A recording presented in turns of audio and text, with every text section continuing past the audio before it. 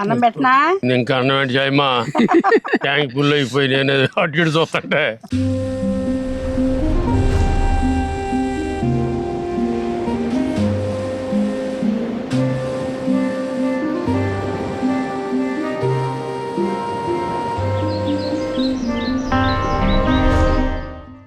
అందరికీ నమస్కారం అండి.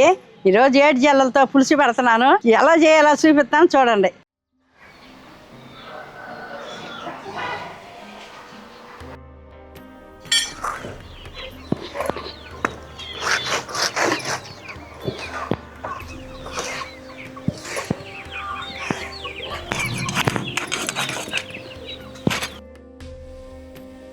ఏకలో తీసుకొని ఇట్లా తెల్లగా రుద్దుకోవాలన్నమాట. చేసుకున్న తర్వాత ఒక చెంచా ఉప్పు, ఒక అర చెంచా పసుపు, మజ్జిగ పోసి 3 మాట 4 మాట శుభ్రంగా కడుక్కోవాలి. ఈ జల్ల అనేది నీరు శ్వాసం లేకుండా పోద్ది.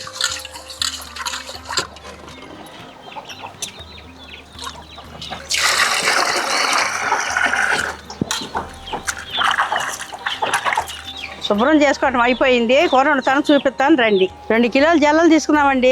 1 కిలో ముక్కలు వచ్చినాయి. దాంట్లో కావాల్సిన సరుకులు చూపిస్తాను చూడండి. మనం చేసి పెట్టిన చేప ముక్కలు ఇవ్వనండి చూడండి.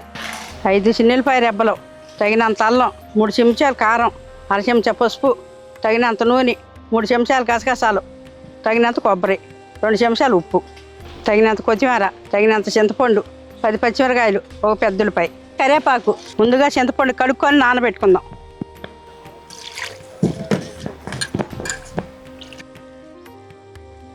ముందుగా కూరలో కావాల్సిన మసాలా నూరి పెట్టుకుందాం. ముందుగా అల్లం నూరుకుందాం. అల్లం నలిగింది, కొబ్బరి వేసుకుందాం. ఇప్పుడు గసగసాలు వేసుకుందాం.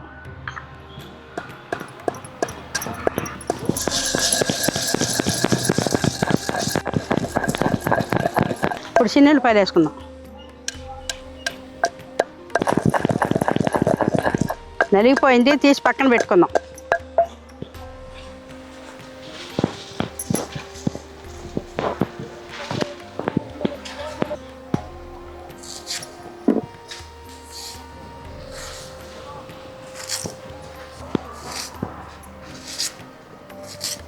ఇప్పుడు పచ్చిమిరకాయలు కోసుకుందాం.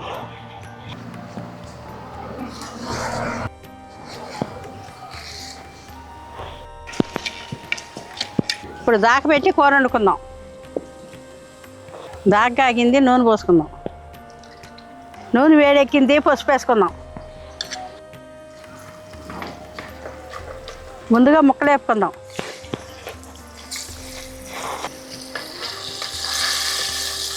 ఇట్లా దోరగా వేపుకొని పక్కన పెట్టుకోవాలి ముక్కలు.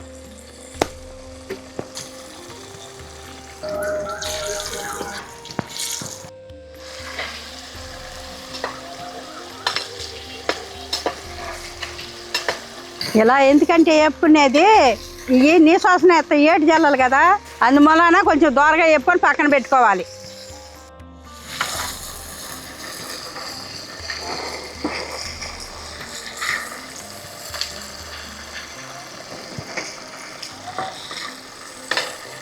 ఇదే నూనెలో మసాలాలు వేసుకుందాం.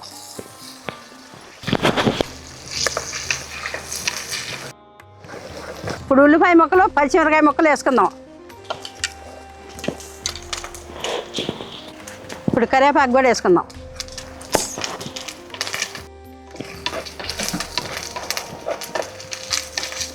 ఇప్పుడు ముక్కలు వేసుకుందాం.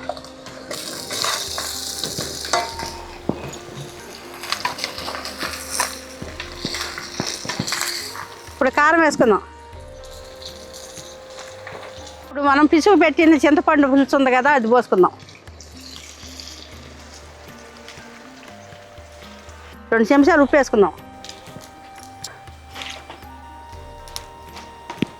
ముక్క మునిగినట్టు పోసుకోవాలి. అసలు ఇంకా 10 నిమిషాలు మాత్రమే మూత పెట్టుకోవాలి.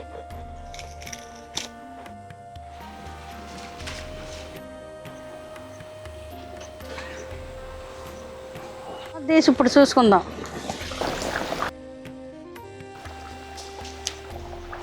ఇక గెంటి పెట్టకూడదు, ఇట్లా దిప్పుకోవాలన్నమాట. గెంటి పెట్టుకోకుండా ముక్క ఎడలకుండా ఉంటుంది అన్నమాట. అప్పుడు పులుసు అంత ఎగిరేదాకా అది పొయ్యి మీద పెట్టుకోవాలి.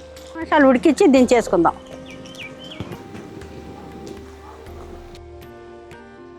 అయిపోయింది, మూత పెట్టి ఇప్పుడు మూత తీసి చూసుకుందాం. సరిపాను ఉడికింది. ఇప్పుడు కొత్తిమీర వేసి దించేసుకుందాం. చక్కగా సరిపోయింది పులుసు.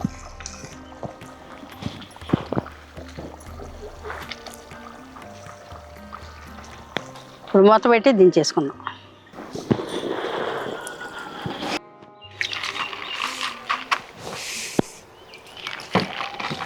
టైము ఉండేవా చేపల కూర?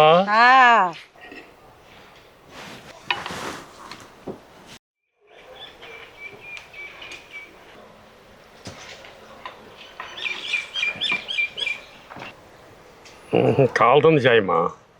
కాలుతో ఉడికుడిది.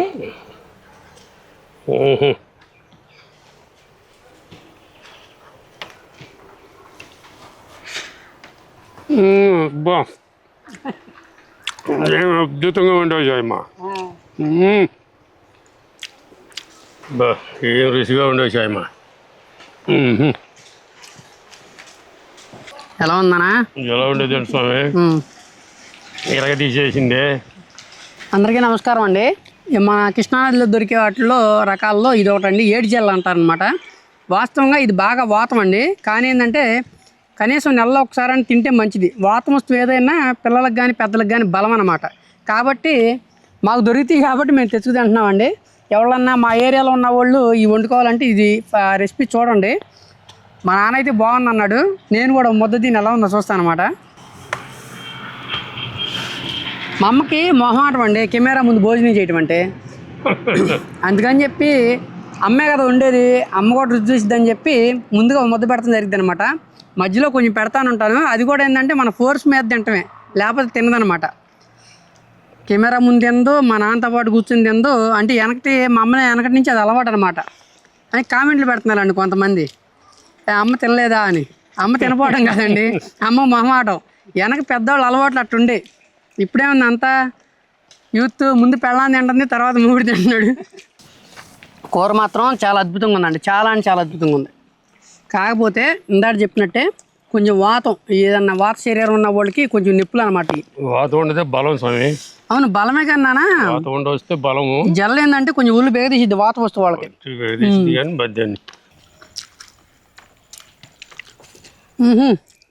పచ్చిమిరపకాయ అందామా? మామూలుగా లేదు, అదిగా 10 పచ్చిమిరపకాయలు వేసా. ఘాటుగా మంచి స్పైసీగా భలే ఉందండి, బాగా కుదిరింది. కారం మాత్రం నా సామిరంగా కళ్ళలోకి వచ్చేసి నీళ్ళు. మంచి ఘాటుగా అంటే చేపల కూరకి ఏదైనా చేపల కూరనే కదండి, నాన్ వెజ్ ఐటమ్ ఏదైనా సరే నూనె ఎక్కువ ఉండాలి, అదేవిధంగా ఉప్పు కారాలు కొంచెం ఎక్కువే ఉండాలి, అప్పుడే బాగుండిద్ది. అన్నం పెట్టినా ఇప్పుడు ఆగింది, ఇంకా అన్నం ఏంటి చాయమ్మా? ట్యాంక్ ఫుల్ అయిపోయి నేను అటు ఇటు చూస్తుంటే కొంచెం ఉంది కదా, ఇది తింటే చాలే. వానలు అయితే లేవండి అసలు, రైతులు చాలా ఇబ్బందిగా ఉన్నారు. మాకంటే 365 రోజులు బోర్లు ఉంటాయి, కానీ ఏ బోర్లు ఉన్నా కానీ వాతావరణం అనేది అనుకూలంగా లేకపోతే మనం పెట్టిన నీళ్ళు ఎంతవరకు ఉపయోగపడతాయండి పంటకి? పెద్ద ఉపయోగపడవు, బోర్లు కూడా ఆగిపోతాయి సార్. ఆగిపోతాయి కన్నా. మేమైతే కడుపు నిండా లాగి చేసామండి. అయిందనా? ఇంకా తినాలనిపిస్తుంది కానీ పొట్ట పడతల చాలు ఇంతవరకే. చాలా అంటే చాలా బాగుందండి. కూర బాగుండేది ఏముందండి, అమ్మ నాన్ వెజ్ వండిందంటే ఎవరమ్మైనా సరే అది ఇంటి వంట కాబట్టి, అమ్మ వండి పెట్టింది కాబట్టి చాలా తృప్తిగా తింటాం అనమాట. ఇంకోటి ఎప్పుడైనా సరే వంటకి పూర్తి రుచి ఎక్కడ వచ్చింది అంటే అండి, వండే మనిషి యొక్క వంశతత్వాన్ని బట్టి. అదేవిధంగా మనం తినేటప్పుడు దాని రుచి మనకు ఎలా తెలిసింది అంటే, మనం ఎవరైతే ఇష్టమైన వాళ్ళతో కూర్చుని తింటామో వాళ్ళతో. ఇంకోటి మనం కూర్చున్న ప్రదేశం, చుట్టూ ఉన్న ప్రదేశం ఏ విధంగా ఉందో దాన్ని బట్టి కూడా మనం వండిన వంట అనేది రుచి వచ్చిందండి. పొలాల మీద పచ్చడేసుకు తిన్నా కూడా పరమాణమే ఉండిద్ది అనమాట.